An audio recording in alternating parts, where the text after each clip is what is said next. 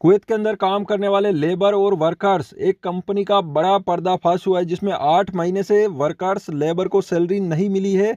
8 महीने तक लगातार काम कर रहे हैं वो, तो भी 8 महीने की एडवांस हो चुकी है सैलरी और कंपनी ने नहीं दी।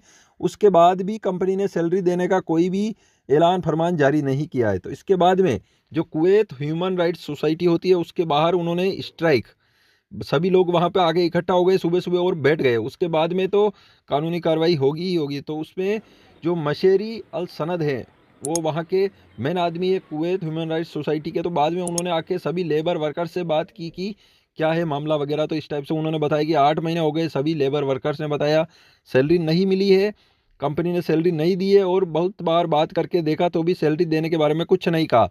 उसके बाद में कंप्लेंट्स दर्ज की गई, कंपनी की फाइल चेक की गई, कंपनी की फाइल को कैंसिल कर दिया।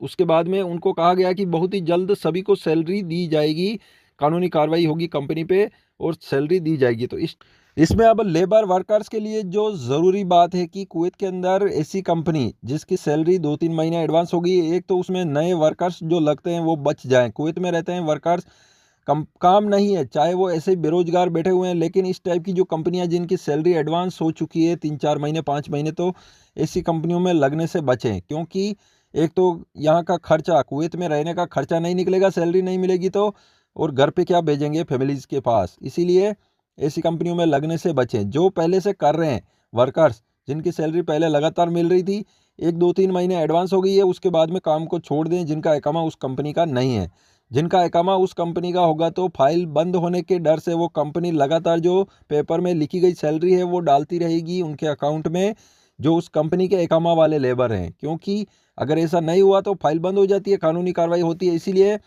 ऐसे लेबर वर्कर्स की सैलरी हर महीने कंपनी डालती है, उनके अकाउंट में डालेगी ही डालेगी।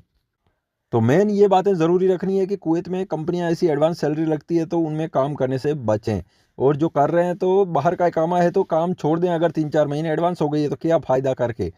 क्योंकि कुवैत के अंदर बहुत सी ऐसी कंपनियां डूब गई है जिनके पास पेमेंट नहीं है लेबर वर्कर्स को चुकाने के लिए। तो इस टाइप की गलतियां करने से बचें। कुवैत में पहले मामला माहौल अलग था, कुवैत का सभी कंपनियां टाइम से सैलरी देती थी।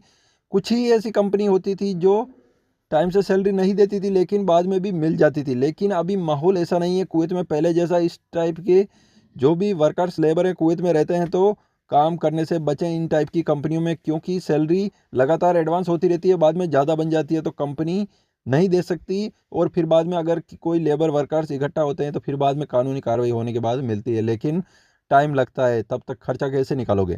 तो कुवैत में नए आते हैं या पहले से ही रहते हैं तो इस टाइप का ध्यान रखें कि ऐसी कंपनियों में काम करने से बचें।